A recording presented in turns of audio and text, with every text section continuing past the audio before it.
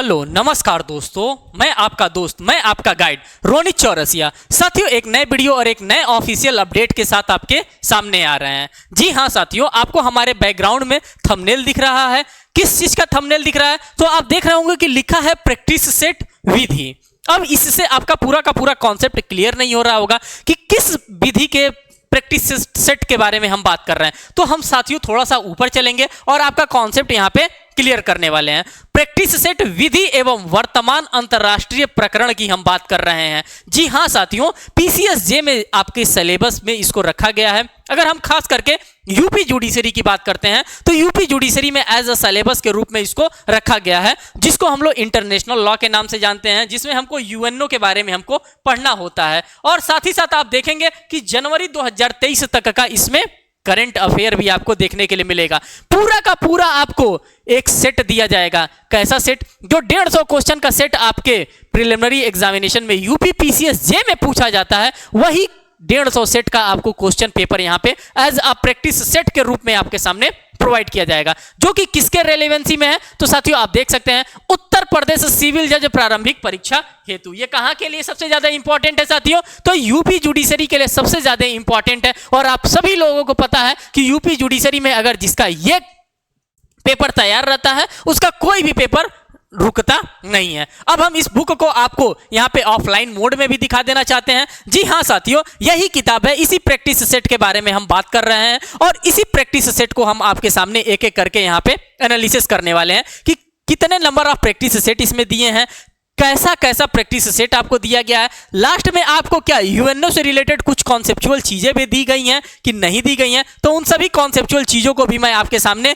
अभी पीपीटी के माध्यम से यहाँ पे शो करने वाला हूं। अब आप देख लीजिए कि किस पब्लिकेशन के द्वारा आपके लिए इतना मेहनत किया जाता है। तो साथियों यही आपका विधि भारती पब्लिकेशन है और इसी विधि भारती पब्लिकेशन के द्वारा इस बुक को बनाया जाता है। अगर आपको लगता है कि नहीं ये बुक आपके लिए इंपॉर्टेंट है, तो आप फ्लिपकार्ट, अमेजॉन या फिर विधि भारती publication.com पे जाकर के इस किताब को परचेज भी कर सकते हैं। अब आइए हम अंदर के एक एक कंटेंट को यहाँ पे अब हम एनालिसिस करने वाले हैं कि क्या कंटेंट आपको प्रोवाइड किया जा रहा है और किस लेवल का कंटेंट आपको इस किताब के अंतर्गत प्रोवाइड किया जा रहा है। अब आप यहां पर देखेंगे कि कह रहा है, किसकी बात कर रहा है? प्रैक्टिस सेट उत्तर प्रदेश न्यायिक सेवा प्रारंभिक परीक्षा की हम बात यहां पे कर रहे हैं। किसकी बात कर रहे हैं साथियों? तो उत्तर प्रदेश न्यायिक सेवा प्रारंभिक परीक्षा की बात कर रहे हैं और उसी के प्रैक्टिस सेट नंबर 1 की हम बात कर रहे हैं। जैसे जैसे आप इसको स्क्रॉल करते जाएंगे, ये चीजें आपको यहां पे क्लियर होती जाएंगी।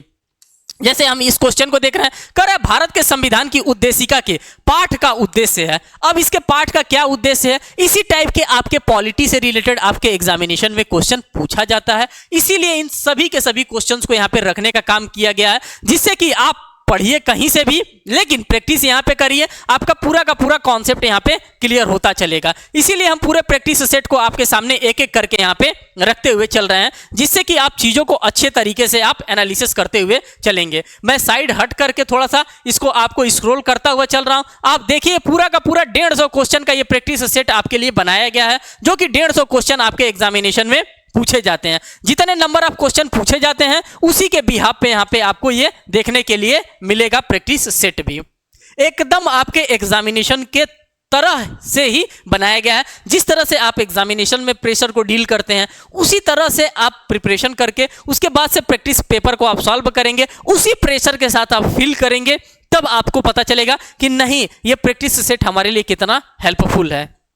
और यही प्रैक्टिस सेट कोचिंग में आपको 200 रुपए में, 300 रुपए में आपको बेचा जा रहा है, जो कि इसमें 12 से 15 प्रैक्टिस सेट दिया गया है, साथ साथ पीछे कॉन्सेप्ट भी दिया गया है और मात्र मिनिमम प्राइस पे आपको विधि भारती पब्लिकेशन ये चीजें प्रोवाइड कर रहा है। फिर आप देखेंगे कि प्रैक्टिस सेट 2 भी यहां पर दे रहा है और ये प्रैक्टिस सेट 2 यही वाला है साथियों, जो कि आपके पीसीएसजे में पूछा जाता है, जहां से आपके पीसीएसजे के मेन एग्जाम प्रिलिमिनरी एग्जामिनेशन में साथियों क्वेश्चन आता है। वही वाला प्रैक्टिस सेट यहां पे रखा गया है, जो कि आपके जीके के पोर्शन से डील करता है और उसी जीके के पोर्शन को यहां पे आपके सामने रखा गया है। अब आप देखेंगे कि प्रैक्टिस सेट 3 आपके सामने आ गया। अब हम प्रैक्टिस सेट 3 के बारे में हम देखेंगे कि क्या क्या रखा गया है। कह रहा है किस वाद में प्रस्तावना को संविधान का अभिन्न अंग बनाया गया था। भारतीय संविधान की प्रस्तावना में क्या नहीं है? सूची 1 को सूची 2 में सुमेलित कीजिए तथा सूचियों के नीचे दिए गए कूट की सहायता से उत्तर दीजिए। और यूपी जुडिशरी की अगर हम बात करते हैं साथियों, तो इस टाइप के क्वेश्चन का भरमार लगा करके यूपी जुडिशरी इस टाइम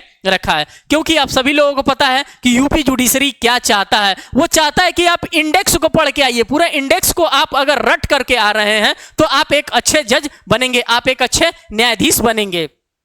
प्रिलिमिनरी में पिछली बार 2022 वाले पेपर में यही हुआ था। जिन्होंने बहुत ही अच्छे तरीके से इंडेक्स को पढ़ा था वो एलिमिनेशन कर लिया, पूरे के पूरे क्वेश्चन का उन्होंने एलिमिनेशन करके आंसर मार्क कर दिया और अच्छे से आज जज भी बने हुए हैं। तो आपका भी सपना है कि नहीं मुझे जज बनना है, तो आप कॉन्सेप्चुअल बेस भी पढ़ाई करिए, साथ साथ इंडेक्स बेस्ड को भी आपको पढ़ाई करने की आवश्यकता है। आप इंडेक्स को इग्नोर नहीं कर सकते हैं, आप जीके और जीएस को इग्नोर नहीं कर सकते हैं, आप करंट अफेयर्स को और इंटरनेशनल लॉ को, इंटरनेशनल ऑर्गेनाइजेशन को आप इग्नोर नहीं कर सकते हैं। अगर आप इग्नोर करेंगे तो कहीं ना कहीं आप अपने ही एंड पे गलती कर रहे हैं, और गलती आपको बिल्कुल भी करना नहीं है मेरे दोस्तों। अगर लगता है कि नहीं हमने ठाना है कि नहीं मुझे जज बनना है, तो बिल्कुल ही ये हमको गलती नहीं करना है। अब आप यहां पर देखेंगे कि प्रैक्टिस सेट नंबर 12 के पास हम लोग चले हैं। 20 का जो प्रैक्टिस सेट है उसको मैंने नहीं रखा है, जाहिर सी बात है जब नंबर 1 2 3 पूरा का पूरा सीरियल वाइज चल रहा है तो सेट नंबर 12 यहां पे आपको देखने के लिए मिल रहा है। इसमें मैं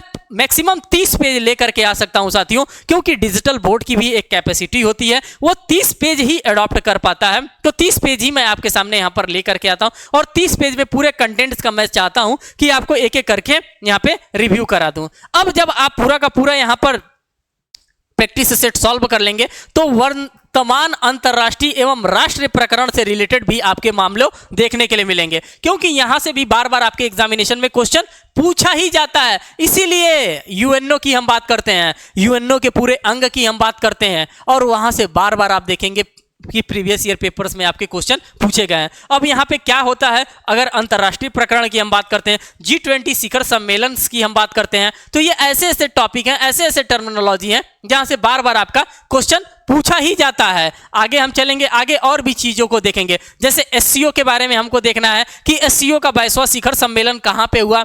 एससीओ के जो 22वां शिखर सम्मेलन कंडक्ट करवाया गया था उसमें कौन कौन सी चीजों को रखा गया था, कौन कौन से मुद्दे पे बात किया गया था। 90वां इंटरपोल महासभा की हम बात करते हैं, एससीओ का 23वां शिखर सम्मेलन जो कि 2023 में हुआ है। इन सभी चीजों को हम क्या करेंगे यहाँ पे देखते हुए चलेंगे। COP27 शिखर सम्मेलन की अगर हम बात करते हैं तो COP27 शिखर सम्मेलन को भी आप यहां पर देख रहे हैं। तो हर एक टॉपिक को आपके प्रैक्टिस सेट के बाद हर एक टॉपिक को भी यहां पे रखने का काम किया गया है, जिससे आप क्या कर सकते हैं, चीजों को अच्छे तरीके से समझ सकते हैं। जैसे आप देखेंगे कि 15वां विश्व वानिकी कौन बना है, तो इससे भी रिलेटेड आपके एग्जामिनेशन में क्वेश्चन पूछे जाते हैं, और इसीलिए इन सभी चीजों को यहां पे रखने का काम किया गया है। विश्व शांति फोरम 2022 की अगर हम बात करते हैं तो यहां से भी क्वेश्चन पूछा जाता है, तो ये सभी चीजों को यहां पे रखा गया है। अब आगे आप देखेंगे ABU महासभा 2022 की बात करते हैं तो यहां से भी आपके एग्जामिनेशन में क्वेश्चन पूछे जाते हैं, और सभी चीजों को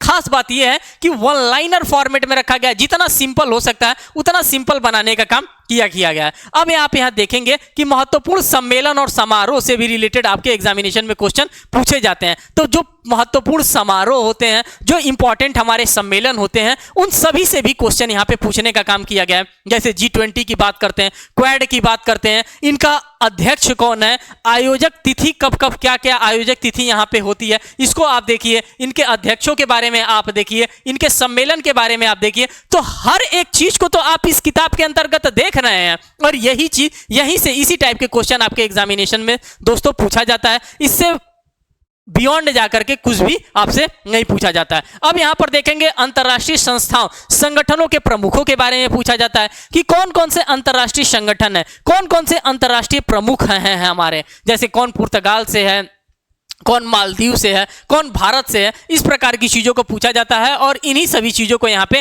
किताब के लास्ट पेजेस पे आपको देखने के लिए मिल रहा है। अब आप यहाँ पर देखेंगे कि इसको भी वन लाइनर फॉर्मेट में यहाँ पे रखने का काम किया गया। जैसे यहाँ पे आप बुलेट फॉर्मेट को देख रहे हैं, यहाँ पे आप बुलेट फॉर्मेट को देख रहे हैं, यहाँ पे आप बुलेट फॉर्मेट को देख रहे हैं। तो जो भी आप बुलेट फॉर्मेट देख रहे हैं, ये सभी का सभी आपका क्या है साथियों, ये सभी का सभी आपका वन लाइनर है, और इसी वन लाइनर के अकॉर्डिंग्स में सभी चीजों को यहाँ पे रखने का काम किया गया है। तो ये पूरा का पूरा किताब का मैंने आपके सामने एक एक करके एनालिसिस करा दिया साथियों। इसके बाद भी अगर आपको लगता है कि नहीं हमें और भी किताबों के बारे में जानकारी चाहिए, और भी चीजें चाहिए, तो साथियों कमेंट सेक्शन ओपन होता है, आप कमेंट सेक्शन में कमेंट भी हमको कर सकते हैं। फिर मिलेंगे एक नेक्स्ट वीडियो में एक नेक्स्ट अपडेट के साथ, तब तक के लिए धन्यवाद।